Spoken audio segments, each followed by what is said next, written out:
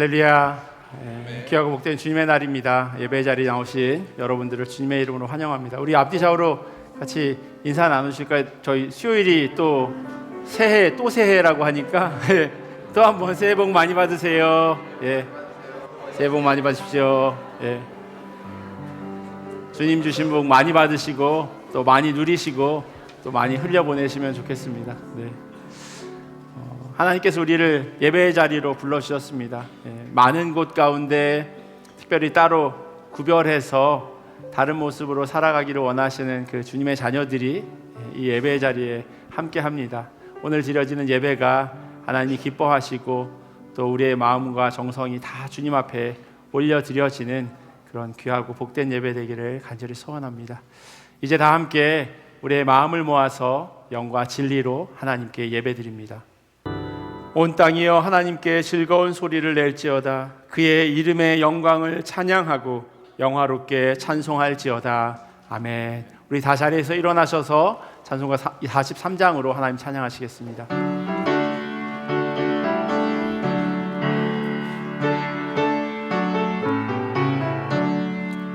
즐겁게 안식할 날 반갑고 좋은 날 내 마음을 편케 하니 즐겁고 기쁜 날 이 날에 천하 만민 다 보좌 앞에서 참되신 삼위일체 다 찬송 부르네.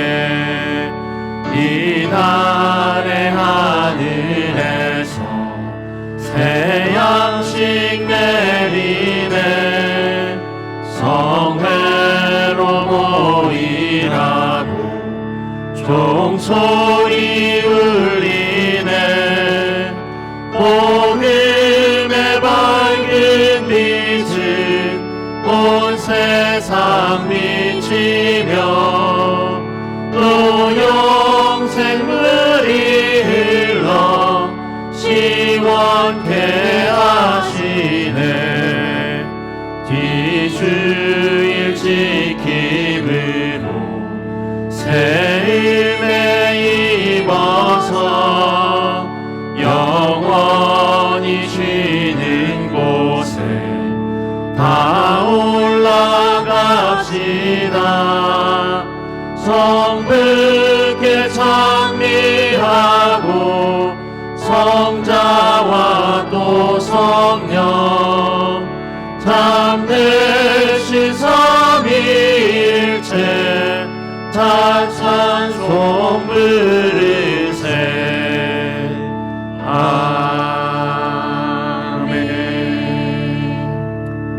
다 함께 사도신경으로 우리의 신앙을 고백합니다. 나는 전능하신 아버지 하나님 천지의 창조주를 믿습니다. 나는 그의 유일하신 아들 우리 주 예수 그리스도를 믿습니다.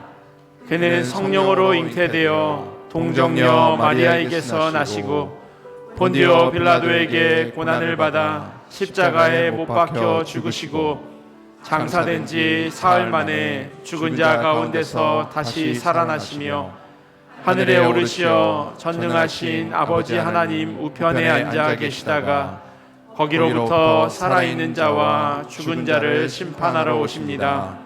나는 성령을 믿으며 거룩한 공교회와 성도의 교제와 죄를 용서받는 것과 몸의 부활과 영생을 믿습니다. 아멘. 오늘도 우리 뒤에 항상 계시며 우리의 삶을 인도하시는 하나님을 찬양하시겠습니다.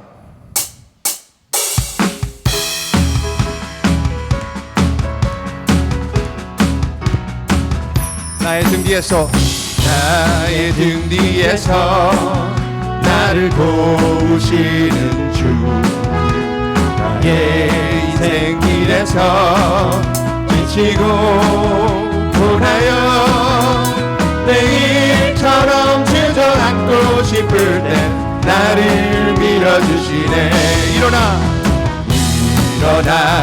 걸어 새 힘을 주리니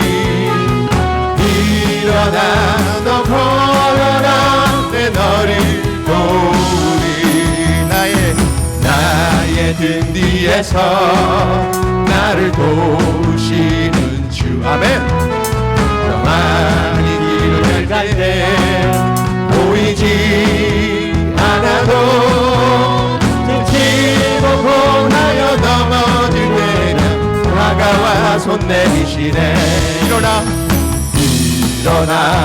걸어라 내가 새 힘을 주리니 일어나 너 걸어라 내 너를 도우리 나의 등 뒤에서 나를 도우시는 주 때때로 뒤돌아보면 여전히 계신 주 산탄 미소로 바라보시며 나를 재촉하시네 일어나 걸어라 내가 새 힘을 주리니 일어나 너 걸어라 내 너를 일어나 걸어라 내가 새 힘을 주리니 일어나 너 걸어라 내 너를 도우리 위대하고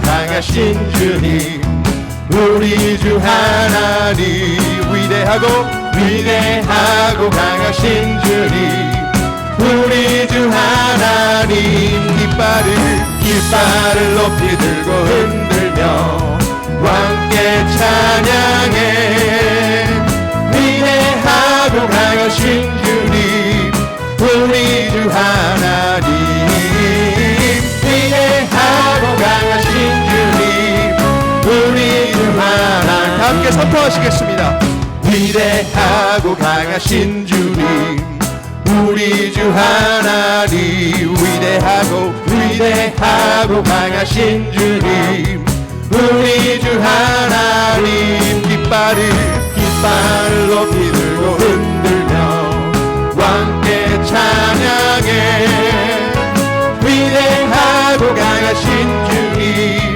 우리 주 하나님 위대하고 강하신 주님 우리 주 하나님 한 번 더 선포하시겠습니다 위대하고 강하신 주님 우리 주 하나님 아멘 위대하고 강하신 주님 우리 주 하나님 깃발을 높이 들고 흔들며 함께 찬양해 위대하고 강하신 주님 우리 주 하나님 위대하고 강하신 주님 우리 주 하나님 하나님께 영광의 박수 올려드리겠습니다.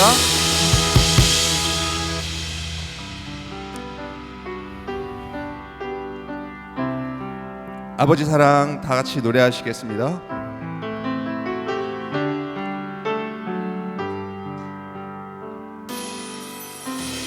아버지 사랑 내가 노래해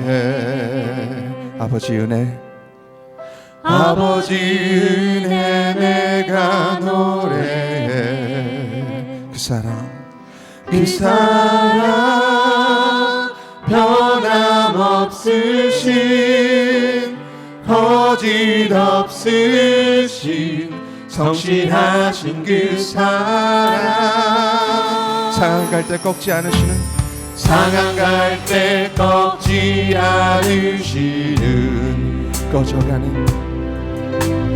꺼져가는 등불 끄지 않는 그 사랑 변함없으신 거짓 없으신 성실하신 그 사랑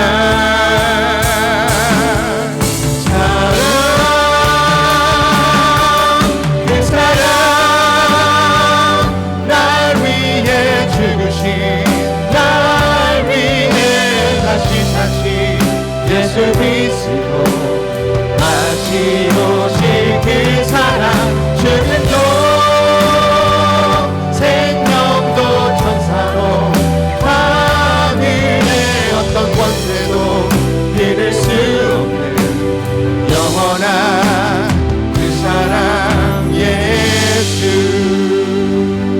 아버지 사랑을 다 함께 노래하시겠습니다. 아버지 사랑 내가 노래해. 아버지 은혜, 아버지 은혜 내가 노래해. 그 사랑 변함없으신 거짓없으신 성실하신 그 사랑 상한 갈 때 꺾지 않으시는 꺼져가는 등불 끄지 않는 그 사랑 변함없으신 거짓없으신 성실하신 그 사랑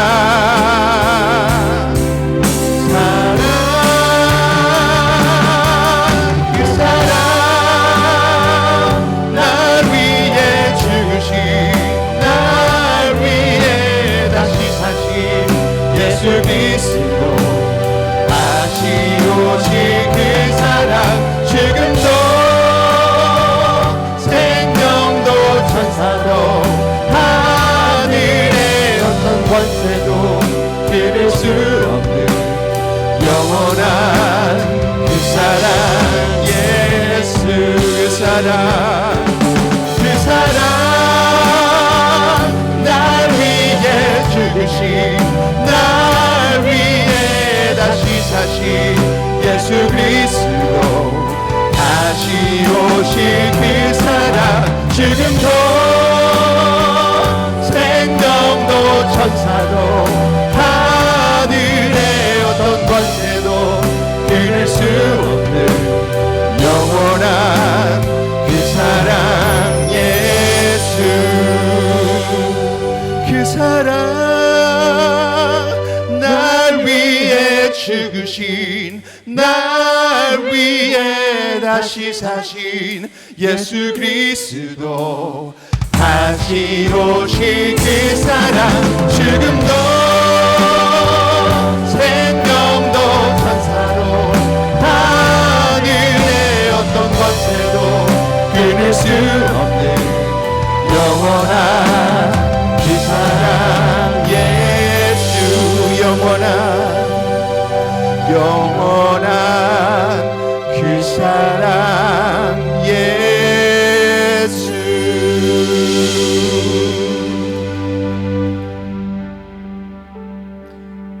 하나님,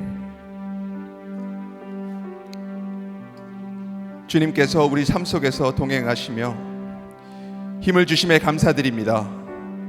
어려움 속에서도 함께 하시는 주님의 은혜를 찬양하며 교회와 공동체를 위해 주님의 강하신 손길과 은혜를 구합니다.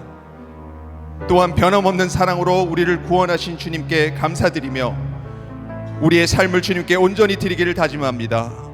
모든 찬양을 주님께 올려드리며 기도하시며 예배의 자리로 나아가시겠습니다.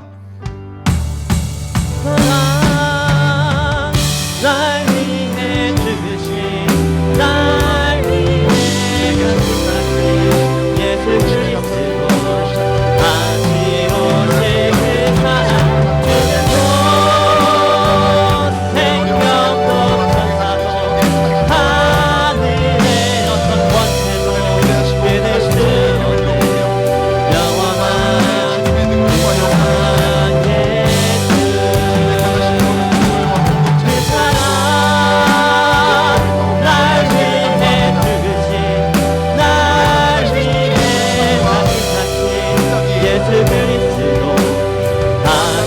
오신 그 사랑 지금도 생명도 천사도 하늘의 어떤 권세도 끊을 수 없는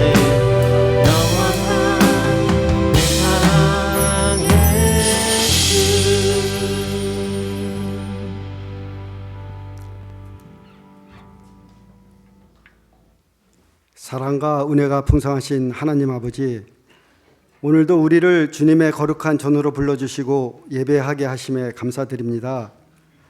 지난 한 해 동안도 우리의 삶을 지켜주시고 인도하신 하나님께 감사드리며 때로는 연약하고 부족하였으나 주님의 은혜로 여기까지 왔음을 고백하오니 올 한 해도 주님의 뜻을 따라 더욱 살아가기를 간절히 소망합니다. 우리 가정과 일터, 삶의 모든 자리에서 주님의 사랑과 은혜가 충만하게 하시고 하나님의 뜻을 이루어가는 믿음의 삶이 되게 하여 주옵소서. 민족의 대명절인 설을 맞아 우리 가정과 형제, 자매 그리고 교인들이 서로서로 사랑과 존경으로 하나 되게 하시고 소외된 자들을 위로할 수 있는 사랑의 마음을 허락하시고 나눔의 삶을 실천하게 하여 주시옵소서. 특별히 예배 후 준비되어 있는 설 행사를 진행함에 있어 전 교인이 함께 모여 주님의 은혜를 기억하고 감사드릴 수 있는 뜻깊은 자리가 될 수 있기를 바라고 또 기도합니다. 이 땅 나야가라에 주님께서 세우신 교회를 위하여 기도합니다. 교회 각 기관과 부서를 주님 손에 올려드리오니 맡겨진 사명들을 온전히 감당하게 하시고 모든 봉사자들에게 지혜와 능력을 더하여 주시옵소서. 맡은 자리에서 기쁨과 헌신으로 섬기고 지치지 않도록 새 힘을 주시며 서로를 사랑과 겸손으로 하나님의 뜻을 이루어가게 하옵소서. 우리들의 부모님과 어르신들을 위해 기도합니다. 인생의 긴 여정을 걸어오신 그들에게 주님의 크신 위로와 평안을 허락하여 주시고 남은 생애가 더욱 기쁨과 소망 가운데 거하며 노년의 삶이 외롭지 않도록 사랑하는 가족들과 이웃들의 따뜻한 관심과 돌봄으로 함께할 수 있도록 인도하여 주옵소서. 오늘도 주의 말씀을 대언하실 담임 목사님을 위해 기도합니다. 성령의 충만함을 더하여 주시고 말씀이 선포될 때 성도들의 마음이 변화되고 삶에서 실천하여 주님의 뜻을 깨닫고 우리 영혼을 살리는 능력이 되게 하여 주옵소서. 오늘 드리는 예배를 통해 주님을 더욱 깊이 만나게 하시고 말씀으로 새롭게 하시며 성령의 역사로 우리 안에 소망과 평안을 더하여 주옵소서. 이 모든 말씀을 우리를 구원하신 예수 그리스도의 이름으로 기도드립니다. 아멘.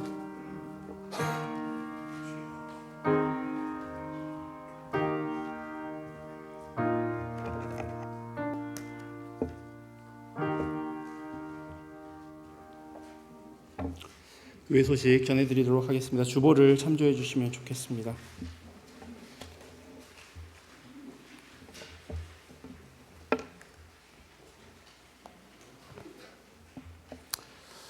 먼저 새로 오신 분이 계셔서 잠깐 소개하도록 하겠습니다. 황희영 성도님, 그리고 남편 되시는 최세원, 그리고 딸 최서은 이렇게 오셨는데요. 죄송하지만 어디 계시는지 잠깐만 일어나 주실 수 있을까요? 네, 여기 가운데 계시네요. 반갑습니다. 네, 맞습니다. 환영합니다. 네, 예배 후에 새가족 팀에 좀 안내를 받아주시면 좋겠습니다. 저희 오늘 광고가 좀 많긴 한데요. 좀 하나하나 같이 보면 좋겠습니다. 2024년도 결산 공동회의가 오늘 2부 예배 후에 본당에서 있을 예정입니다. 저희 교회 등록하신 성도들 다 참여하실 수 있으니까요. 공동회 작년에 어떻게 저희 교회 예산이 쓰여졌는지를 확인하고 또 감사하는 그러한 시간입니다. 꼭 같이 참석하셔서 교회 돈이 잘 사용되고 있는지, 적절하게 운영되고 있는지 확인하시고 함께 기도하는 마음으로 회의에 참여해 주시면 감사하겠습니다. 공동회 후에는요, 애찬식이 있고요. 애찬 후에는 친교실에서 구정 윷놀이 행사가 있겠습니다. 윷놀이와 활쏘기와 말타기는 말을 미처 준비 못해서 하지만 다양하게 이렇게 좀 준비했고요. 그래서 목장별로 이렇게 토너먼트로 되어지는 걸로 제가 들었습니다. 그래서 각 소속되어져 있는 목장에 같이 참여해 주시고요. 또 새가족은 아직 목장 배정이 안 됐으니 새가족이랑 같이 있으시면 좋을 거예요. 혹시 목장에 배정되지 않으시면 잘 봐서 친하신 분과 같이 그 목장에서 좀 오늘 같이 친교를 가져주시면 좋겠습니다. 2월 18일 화요일 날요, 시니어 대학 개강을 하게 됩니다. 작년과 마찬가지로 올해도 시니어 대학을 진행합니다. 자세한 안내는 게시판에 있고 또 본당 맞은편에 이렇게 테이블이 있는데 거기에 이제 스케줄이 되어져 있는데요. 일정은 8주간인데 중간에 한 주는 그 아이들 이스터 브레이크 때문에 한 주 쉬고요. 그래서 강의는 7주로 해서 오전 강의, 오후 강의 이렇게 해서 준비될 예정입니다. 함께 식사도 하실 수 있고요. 그런데 작년에는 저희 교회 성도들을 대상으로 해서 25분을 먼저 신청해 주시는 분을 받았습니다. 그런데 올해는 인원을 조금 더 늘렸어요. 그런데 늘린 인원은 저희 교회 분들에게 죄송하지만 외부에 계신 분들을 초대하는 의미로 이렇게 열었습니다. 그분들에게 뭐 교회를 다녀라 이렇게 하는 의미는 아니고요. 저희 교회가 이 지역에 있는데 저희끼리만 그렇게 하기보다는 교회 문턱을 좀 낮추고 교회 이런 프로그램들 행사들에 다른 분들이 좀 초대되었으면 좋겠다고 하는 그런 생각입니다. 그래서 혹 저희 교회 성도분이 26번째가 되면 조금 기다려 주시면 좋을 것 같아요. 그래서 혹시 외부에서 15명이 차지 않으면 그때 이제 그 차지하는 걸 저희 교회 성도들에게 좀 돌리겠지만 일단은 저희 교회 성도들 25분 그리고 외부 분들 15분 이렇게 해서 40분으로 진행을 할 예정입니다.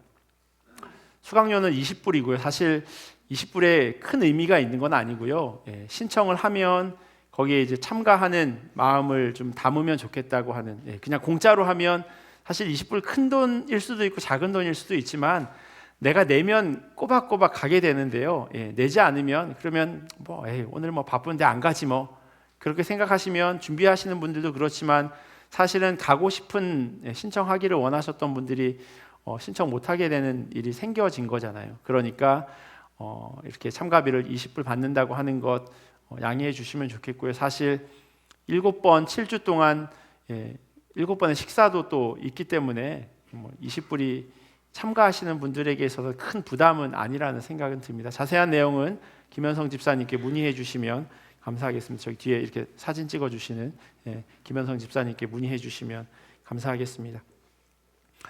올해 4월 30일부터 5월 3일까지요. 3박 4일 동안 한국 내 성지 순례를 계획하고 있습니다. 화면에 보시는 대로 1인당 예상 경비 한 600불 정도 되고요. 당연히 여기에는 비행기 값은 포함되지 않고요.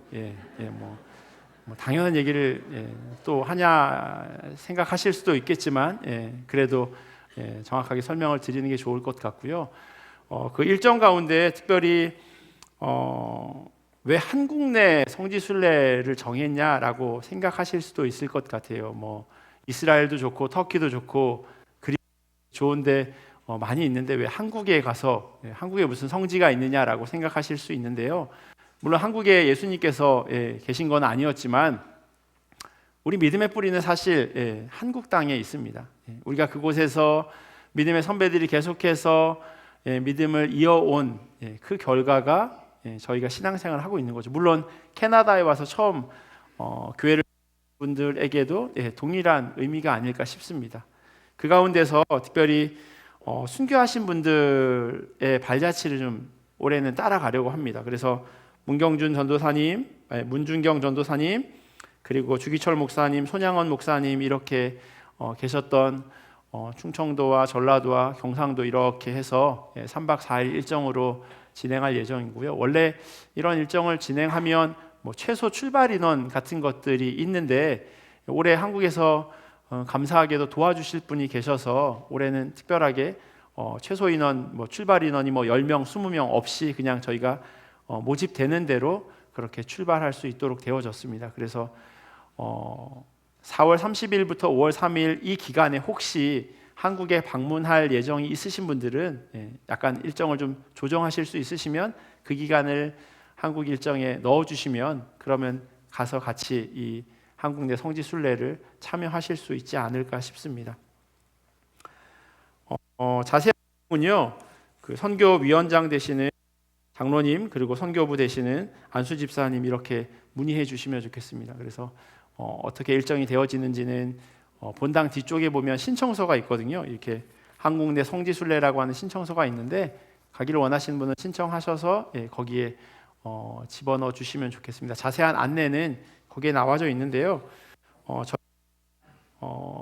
다다음 주까지, 그러니까 이번 주를 포함해서 3주간 받으려고 합니다. 그래야 이제 그 프로그램들을 좀 진행할 수 있으니까 그렇게 좀 양해를 해주시면 좋겠습니다. 그리고 호텔이나 뭐 일정들은 현지 사정에 따라서 조금 변경될 수가 있고요. 출발하시기 전에 회비를 다 납부하셔야 하지만 만약에 뭐 천재지변이나 그런 일이 있어서는 안 되겠지만 뭐 전쟁이나 이런 일로 인해서 취소될 경우에는 다 전액 환불해 드리도록 하겠습니다. 2월 2일 주일 오후 1시 30분에요. 유년부실에서 교사 교육이 있습니다. 주제는 멘토링이고요. 교사와 또 이러한 주제에 관심이 있으신 분들은 함께 참여해 주시면 좋겠습니다.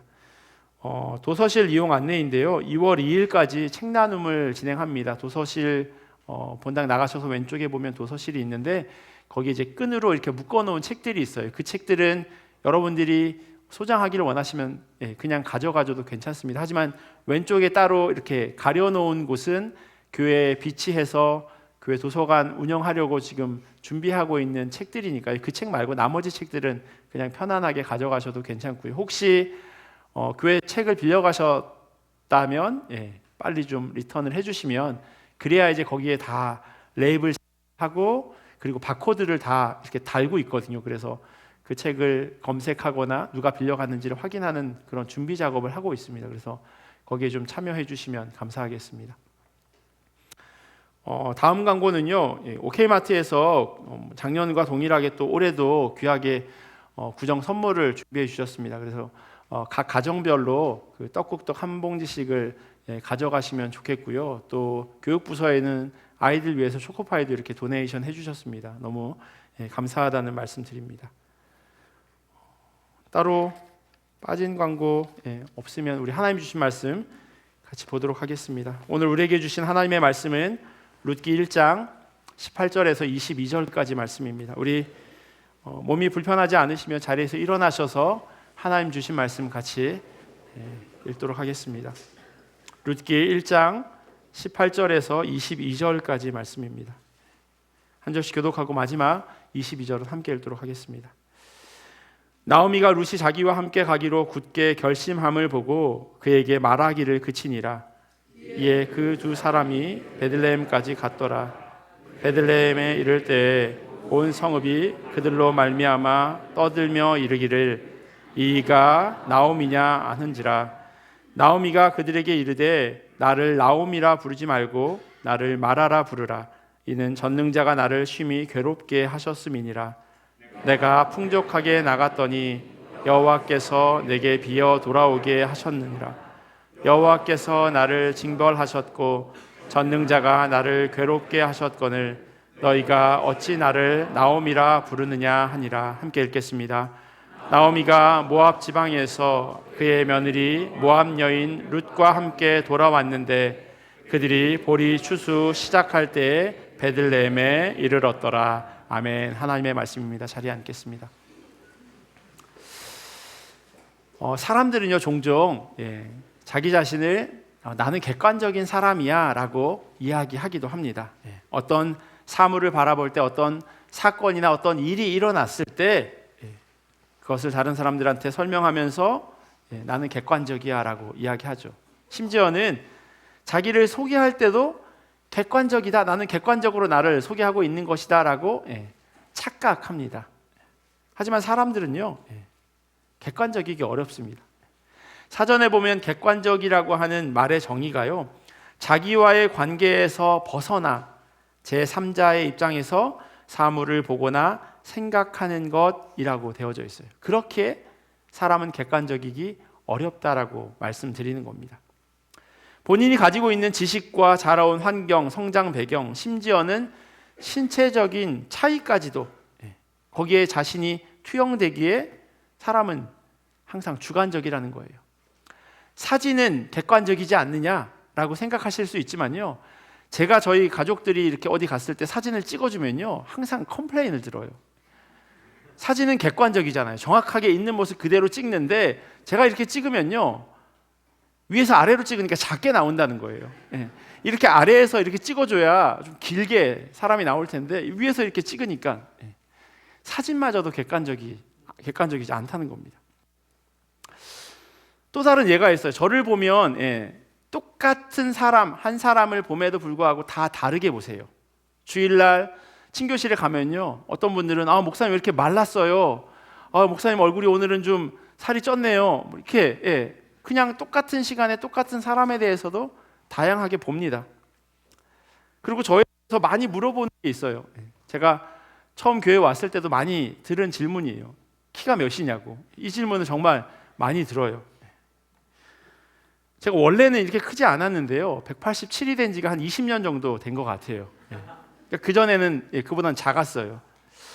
근데 이런 저를 보고 어떤 사람은 키가 크다라고 이야기하겠지만, 저희 교육부 행정 담당하는 정하준 목사님 보면 크다는 얘기를 안 하죠. 왜냐하면 저보다 5cm가 더 크니까요. 제가 그래도 나름 체중 관리를 잘 열심히 하고 있어서 지금 80kg 정도 나가는데요, 어떤 사람들은 키에 비해서 말랐다라고 생각하기도 하지만 또 어떤 사람들은 80kg면 많이 나가는 거 아니야 라고 생각하기도 해요. 특별히 제가 청년 때 저를 만났던 그런 대학교 친구들을 보면 아마 분명히 저를 보고 야, 외국 생활이 좋긴 좋나 보다, 살 많이 쪘네, 이렇게 이야기할 거예요. 왜냐하면 제가 22살에 군대 갈 때 그때가 183에 65kg가 나갔으니까 그때에 비해서 훨씬 많이 찐 거죠. 한 사람을 눈으로 직접 보고도 다 다르게 표현하는데 어떤 사람이 처해져 있는 상황을 설명할 때 그땐 더 말할 것도 없죠. 나오미가 자신의 고향으로 돌아왔습니다. 룻을 떠나보내려고 했지만 18절에 기록되어져 있는 대로 룻이 굳게 결심한 것을 보고 돌아가라는 말을 더 이상 하지 않게 됩니다. 그렇게 룻과 나오미는 함께 베들레헴으로 옵니다. 19절의 시작에도요, 이에 그 두 사람이 베들레헴까지 갔더라라고 동행한 것에 대해서 적어놓고 있습니다. 이것은 너무나도 객관적인 사실이에요. 누가 봐도 두 사람이 지금 베들레헴으로 가고 있으니까요. 그런데 나오미는요, 자신의 이러한 처지를 고향 사람들에게 설명하는데 상당히 주관적인 관점으로 이야기합니다. 사람들이 나오미에게 이가 나오미냐? 아까 누가 아이가라고 읽으시는 것 같던데, 이가 이 사람이 나오미냐라고 그렇게 질문하고 있어요. 근데 그 질문에 나오미가 이렇게 대답합니다. 제가 세번역 성경으로 읽어드릴게요. 나오미가 그들에게 대답하였다. 나를 나오미라고 부르지들 마십시오. 전능하신 분께서 나를 몹시도 괴롭게 하셨으니 이제는 나를 마라라고 부르십시오. 나는 가득 찬 채로 이곳을 떠났습니다. 그러나 주님께서는 나를 텅 비어서 돌아오게 하셨습니다. 주님께서 나를 치시고 전능하신 분께서 나를 불행하게 하셨는데 이제 나를 나오미라고 부를 까닭이 어디에 있겠습니까? 자기의 이름이 원래 나오미예요. 기쁨, 희락, 이런 뜻을 가지고 있어요. 그런데 나를 더 이상 나오미라고 부르지 말라는 거예요. 내가 지금 처해져 있는 상황이 이게 무슨 기쁘고 즐거운 일이냐? 그러니 나를 마라라고 부르라는 거예요. 아픔, 씀, 그런 의미로 나를 부르라고 이야기하고 있습니다. 전능하신 분께서 나를 몹시도 괴롭게 하셨다. 주님께서 나를 치셨고 나를 불행하게 하셨다 하는 이 나오미의 고백은요, 이 모든 일들을 주관하신 분은 하나님이다, 하나님의 전지전능함을 이야기하는 것 같지만 오히려 내가 당한 어려움이 다 하나님 탓입니다 라고 말하고 있는 겁니다. 엘리멜렉과 나오미가요, 모압으로 간 것, 거기에 대해서 성경은 짧게 그 땅에 흉년이 드니라 라고 적어놓고 있어요. 룻기 제일 처음에 그렇게 써 있어요. 그렇게 사람들은 먹고 살아야 하니 먹을 것이 있는 곳으로 가는 게 뭐 그렇게 잘못된 일인가? 그럼 굶어 죽습니까? 라고 이야기할 수 있어요. 그런데 그 설명 앞에 저런 한 문장이 더 추가되어 있어요. 사사들이 치리하던 때에 그 땅에 흉년이 되니라. 이 말을 시대적 배경을 설명해 주는 말로 이해할 수도 있지만요, 바로 앞 사사기가 어떻게 끝나는지를 안다면 저 한 문장, 룻기 전체를 시작하는 그 첫 문장, 첫 말에 어떤 의미가 담겨져 있는지를 바로 눈치챌 수 있습니다. 사사기가 이렇게 끝이 나요. 그때 이스라엘에 왕이 없으므로 사람이 각기 자기의 소견에 옳은 대로 행하였더라. 자기 생각에 요게 맞아 하면 그냥 그렇게 하고, 요게 맞아 하면 요게 맞다고 주관적으로 판단했다라고 그렇게 기록하고 있는 겁니다.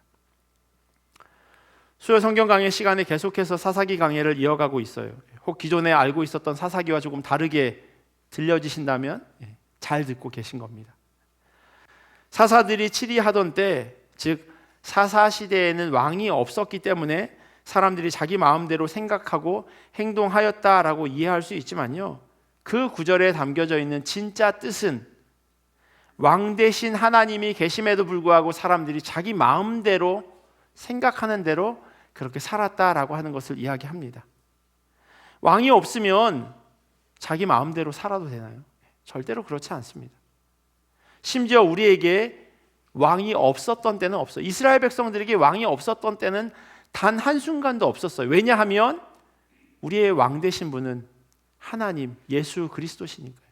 언제나 우리와 함께 하신다 말씀하셨기에 왕이 계시지 않은 때는 없었다고 성경은 이야기하고 있습니다. 사사기의 마지막은 하나님이 왕이심에도 불구하고 사람들은 자기 마음대로 생각하고 행동했다고 그 시대를 설명하고 있어요. 그리고 나서 이어지는 첫 문장, 첫 책이 바로 룻기고 거기에 이 룻의 시대가 사사 시대와 같았다라고 말씀하고 있습니다. 그렇게 엘리멜렉과 나오미가 모압으로 간 것은요, 하나님의 백성이 하나님의 말씀대로 살아가기 위해서 접어든 길이 아니라 자기 생각에 옳은 대로 결정하고 행동한 것입니다. 룻기를 시작하면서 그걸 다시 한번 강조해 주고 있는 거예요. 이들의 선택이 자기 생각에 옳은 대로였다라고요.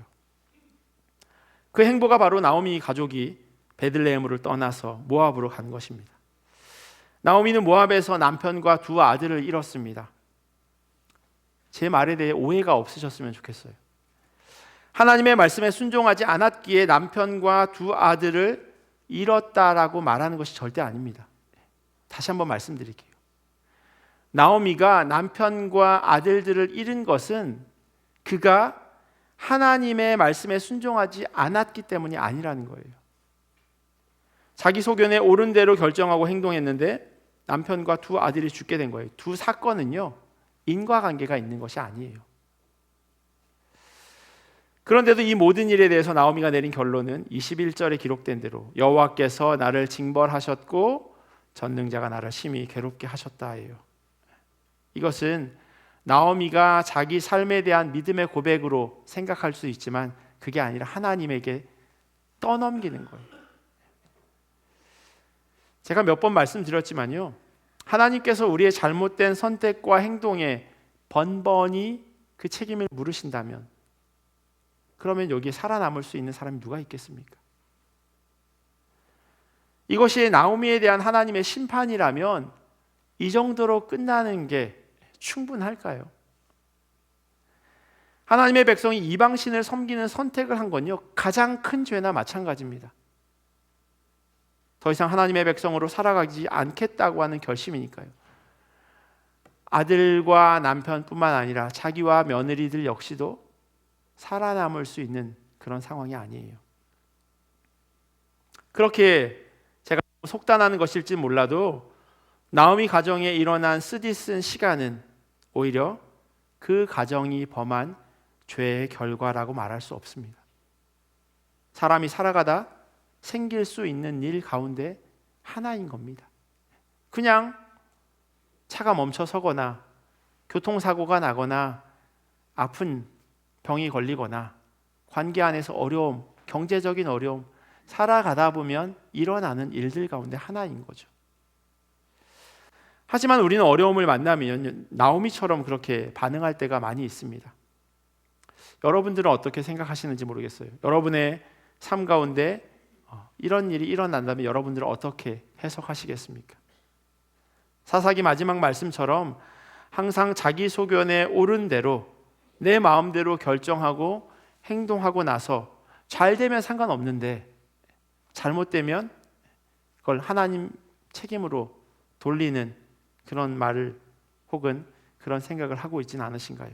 그리고 이것이 객관적인 상황 인식이라고 그렇게 자기에게 설명하고 있지는 않으신가요? 나오미의 객관적이지 못한 모습이 또 있어요. 21절에 보면요, 내가 풍족하게 나갔더니 여호와께서 내게 비어 돌아오게 하셨느니라 라고 그렇게 쓰여져 있어요. 나오미가 갈 때 가득 차서 갔는데 이제 텅 비어서 돌아왔다. 나오미가 어떤 심정으로 이러한 이야기를 하는지 충분히 이해가 됩니다. 지난주에 설명드렸던 것처럼 남편과 아들을 잃었다라고 하는 건 전부를 잃은 것이나 마찬가지 상황이니까요. 그랬기에 가득 차서 갔지만 텅 비어서 돌아왔다라고 말할 수 있습니다. 나오미의 마음을 이해하지 못하는 건 아니에요. 하지만 조금 냉정하게 본다면 사실 텅 비어서 베들레헴을 떠났습니다. 그 땅에 기근이 들어서 먹고 살기 위해서 선택한 것, 그것이 하나님을 따르는 곳이 아니라 이방신을 따르는 모압이었으니까요. 그가 넉넉한 상황에서 많은 것을 챙겨서 모압으로 가는 것이 아니었어요. 그런데 뭘 풍족한 채로 모압을 이야기하는 겁니까? 뭐 다들 소시적에 잘 살았다고들 그렇게 이야기하시지만 그건 모르는 일이죠. 왕년에 다 한가닥들 하셨지 않습니까? 집에다 금송아지 한 마리씩은 다들 가지고 계셨고요. 물론 지금은 아니다 할지라도 10분 양보해서 나오미의 상황이 그러니까 푸념 섞인 그런 모습으로 이야기된다 하더라도 이어지는 22절을 보면요, 제3자의 입장에서, 그러니까 객관적으로 나오미의 상황을 기록해 놓고 있어요. 나오미가 모압 지방에서 그의 며느리 모압 여인 룻과 함께 돌아왔는데, 나오미가 마을 사람들에게 자기 텅 비어서 돌아왔다고 그렇게 이야기하고 있는데 성경은 그렇게 이야기하고 있지 않아요. 며느리 룻과 함께 돌아왔다고 설명합니다. 오늘 보면 18절에 보시면요, 나오미가 룻이 자기와 함께 가기로 굳게 결심함을 보고 그에게 말하기를 그치니라 라고 이야기하면서요, 나오미가 혼자가 아니라는 것을 먼저 이야기해 줍니다. 그리고 이어지는 19절에 똑같은 의미의 말을 반복해요.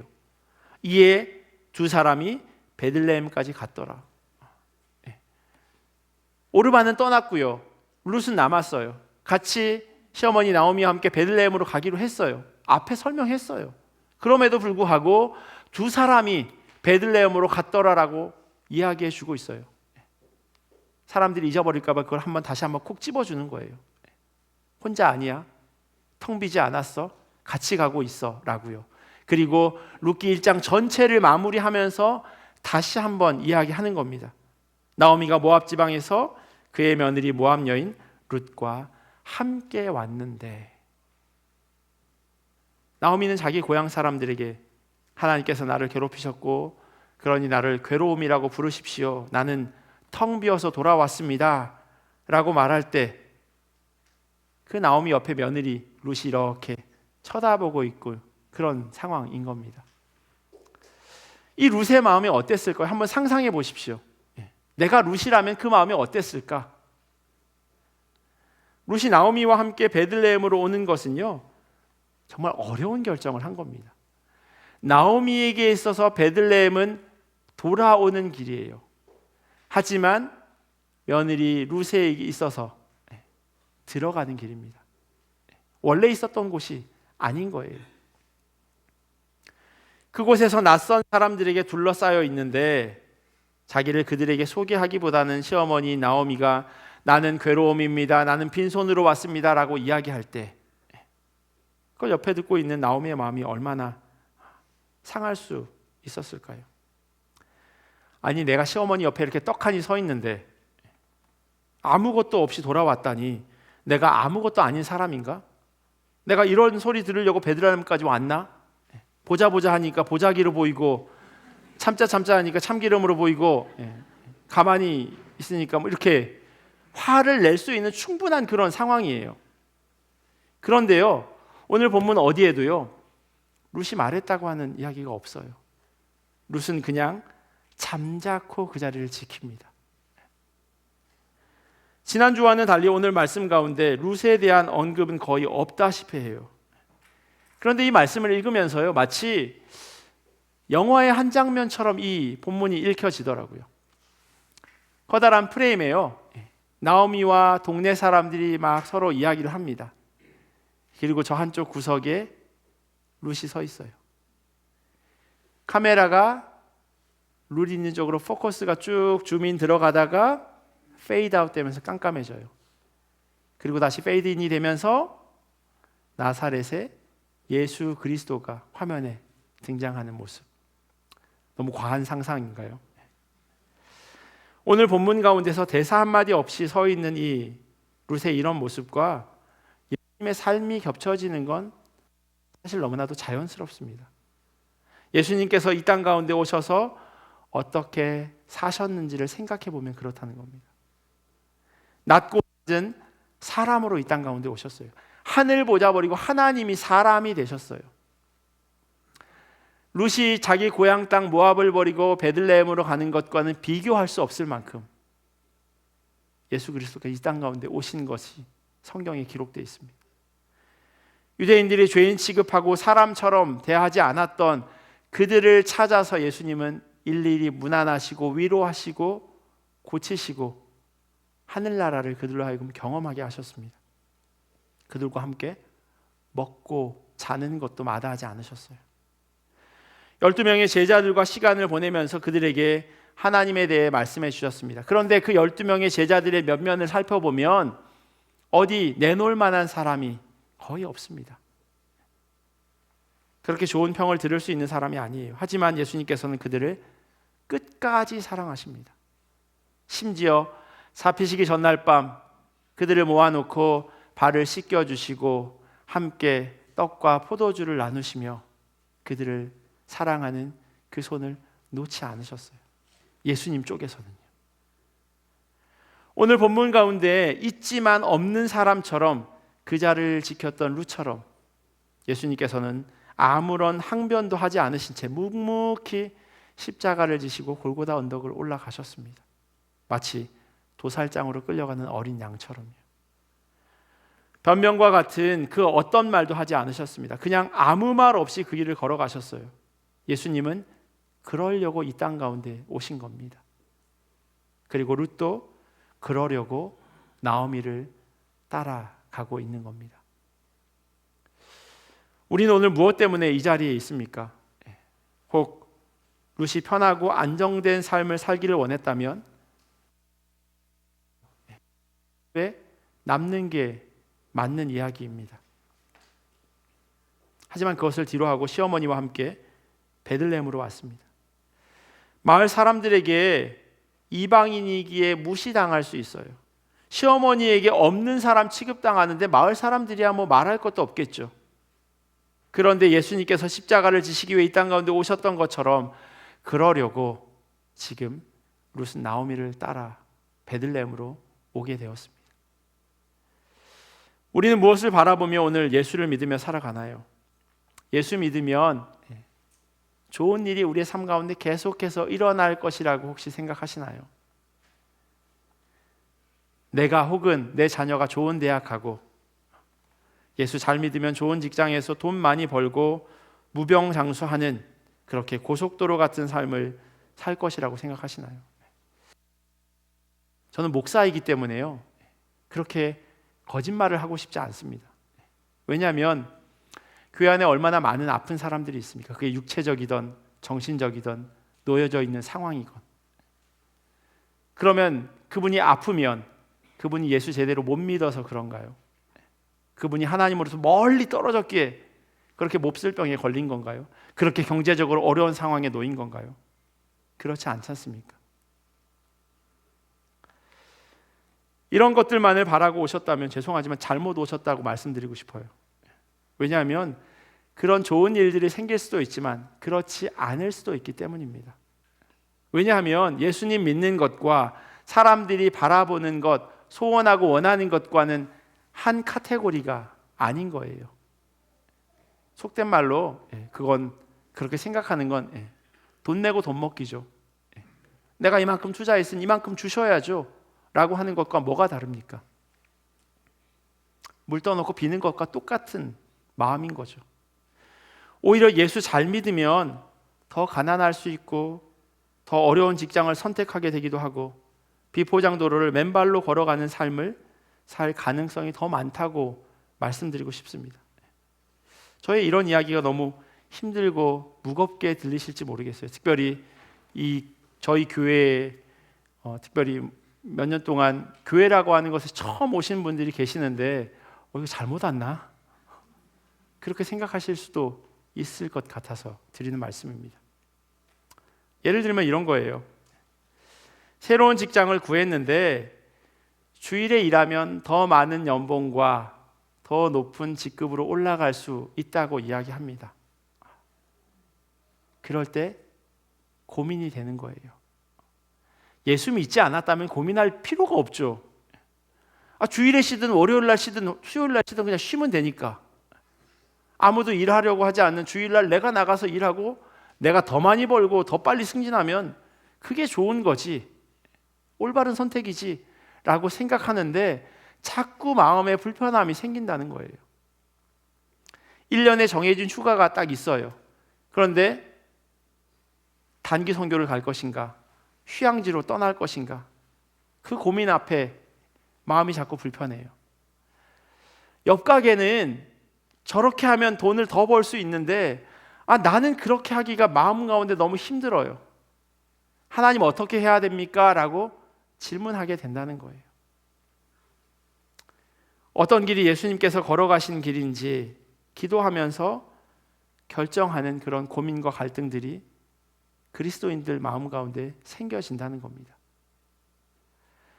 예수님께서 가신 길을 곰곰이 되짚어 보면 하늘 보자 버리고 사람으로 이 땅에 오신 그 선택이 바로 나오미를 따라간 룻과 너무나도 비슷합니다. 그리고 그 길이 바로 그리스도인이 가는 길이라고 성경은 말씀하고 있습니다. 그게 십자가의 길이라고 이야기하고 있어요. 좁은 문으로 들어가라 말씀하십니다. 그리스도인이라고 하는 이 말은요, 다른 사람이 그 사람들을 향해서 불러준 이름이에요. 붙여준 이름입니다. 사도행전 11장을 보시면요, 바나바는 사울을 찾으려고 다소로 가서 그를 만나 안디옥으로 데려왔다. 두 사람은 1년 동안 줄곧 거기에 머물면서 교회에서 모임을 가지고 많은 사람을 가르쳤다. 제자들은 안디옥에서 처음으로 그리스도인이라고 불리었다라고 성경은 말씀합니다. 교회에 있는 우리끼리요, 우리 그리스도인이야 라고 이야기한 게 아니라는 거예요. 교회 밖에 사람들이 그 사람들을 바라보면서 쟤는 왜 저래? 왜 저렇게 살지? 가만히 보니 그리스도라고 하는, 예수라고 하는 사람이 살아간 그 삶의 모습이 저렇대. 저 사람들 그리스도 믿는 사람들이구나. 그래서 그리스도인이라고 이야기했다는 겁니다. 그들의 삶이 다른 사람들과 달랐기에 그와 같은 소리를 듣게 된 거예요. 한편으로는 도대체 저 사람들 왜 저렇게 살아? 라고 하는 말도, 의미도 그 안에 포함되어 있는 겁니다. 그런데 세상 가운데서, 교회 안에서 말고요, 세상 가운데서 전혀 다름이 없다면, 뭐 특별한 게 전혀 없다면, 똑같다면 그 사람은 그냥 그리스도인이 아니라 교회 다니는 사람, 교회 왔다 갔다 하는 사람이라고요. 룻이 선택한 길은 결국 하나님을 따르는 길이었습니다. 그녀가 잘 몰랐지만 그녀의 입술을 통해서 어머니의 하나님이 나의 하나님입니다 라고 고백하고 어머니를 따라서 베들레헴으로 온 그 길은요, 하나님을 붙잡는 길이었습니다. 나오미가 아니라 하나님을 붙잡는 길이었어요. 우리가 그리스도를 따르는 것은요, 주님 주신 그 평안 안에서 이 땅 가운데 살아가는 것일 뿐만 아니라 이후에 영원한 삶이 있음을 믿는 것이기도 합니다. 그 어떤 것과 바꿀 수 없는 선물이 있기에 주님이 기뻐하시는 길을 걸어갈 수 있는 겁니다. 고민하게 되는 거예요. 우리가 그리스도인이라면 그리스도를 따르는 사람이고 그리스도의 삶은 곧 십자가의 길이었습니다. 룻은 그 십자가의 좁은 길을 선택합니다. 여러분들은 오늘 어떤 길을 선택하기를 원하시나요? 우리는요, 이러려고 예수님 믿습니다. 이 믿음이 우리 모두에게 있기를 예수 그리스도의 이름으로 간절히 축원합니다. 기도하겠습니다. 참 좋으신 하나님 감사합니다. 하나님의 은혜로 우리가 날마다 살아갑니다. 하나님이 주신 복을 가지고 우리가 날마다 살아갑니다.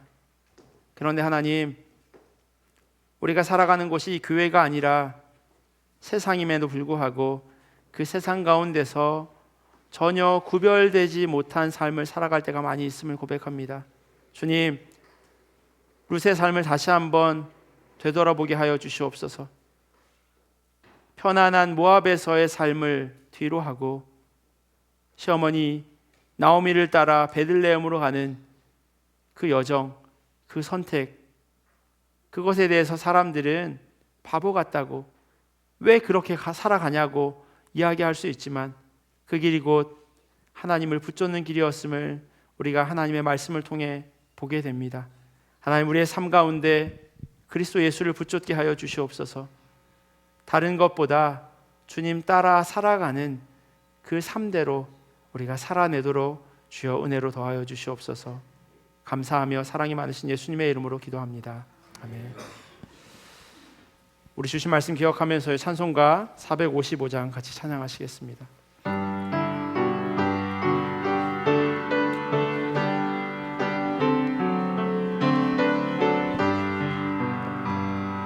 주님의 마음을 본받는 자, 그 맘에 평강이 찾아오면 험악한 세상을 이기리니 하늘로부터 임함이로다.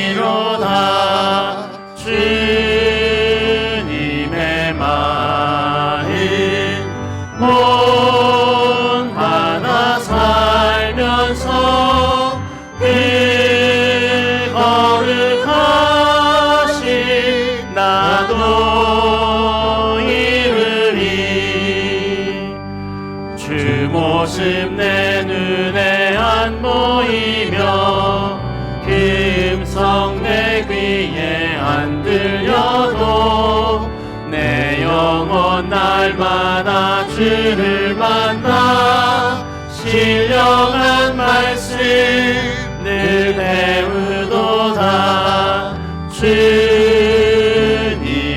마음 본받아 살면서 그 거룩하신 나도 이르리.